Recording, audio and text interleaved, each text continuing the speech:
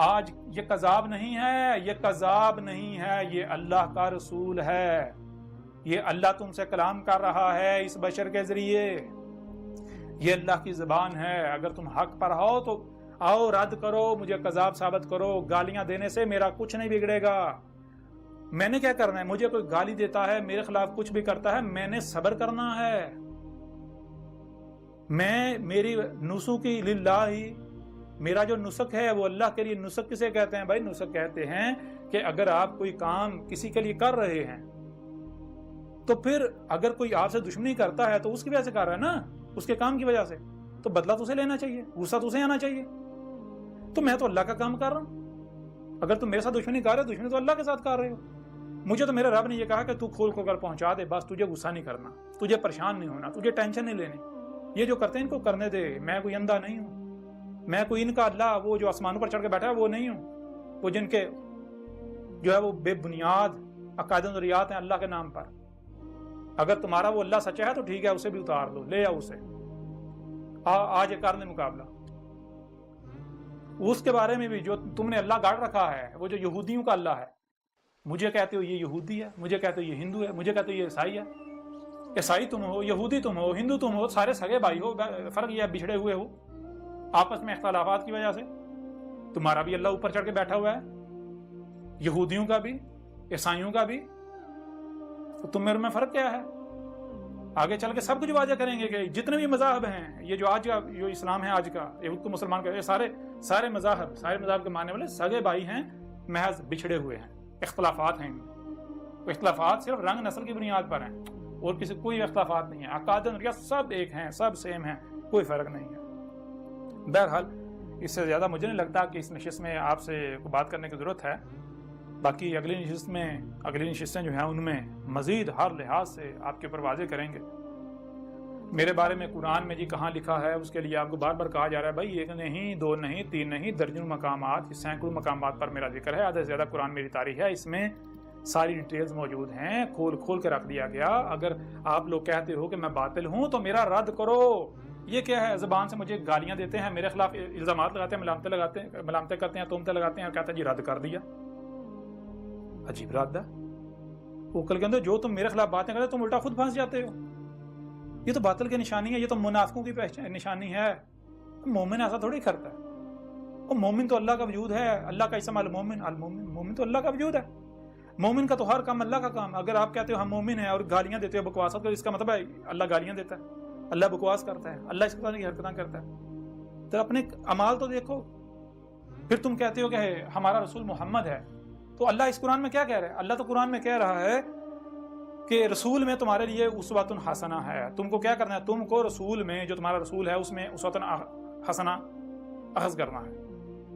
اسوۃ حسنہ کا مطلب کیا ہے بھائی؟ جسے تم رسول کہہ رہے ہو، جو اللہ کا رسول ہے، اس نے کیا کیا، کیسے کیا.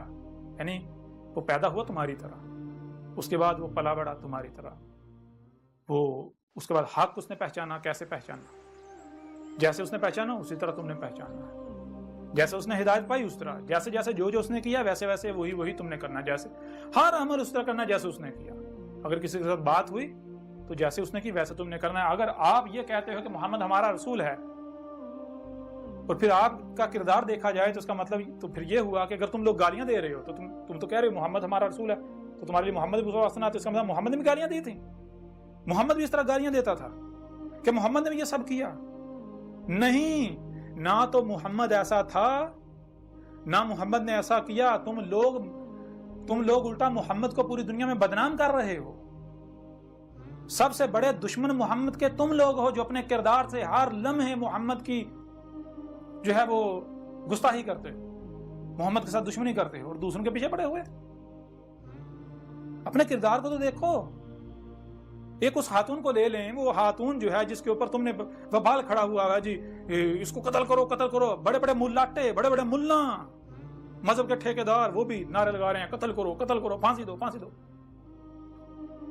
بڑے تم اتنے بڑے فنے، ہاں اتنے تم اہل حق، ایک عورت سے گھبرائے ہوئے ہو. ایک عورت کو قتل کرنا کہ کیا تمہاری عقل مات ماری گئی تمہاری؟ اتنے بڑے تم اہل حق، کہاں گئی تمہاری مردانگی؟ ایک عورت جو ہے اور عورت نے کیا کیا؟ اب جب جیسے تم کہہ رہے ہو کہ بھائی جو جس پر ہم نے اپنے واجداد کو پایا، جو نسل در نسل چل رہا ہے وہی حق ہے، ہم اس سے ہٹنے کو تیار نہیں ہیں، تو کیا عیسائیوں کا پھر اس بنیاد پر حق نہیں ہے؟ انہیں بھی حق حاصل ہے، جیسے تم کر رہے ہو وہ بھی اسی طرح کر رہے ہیں۔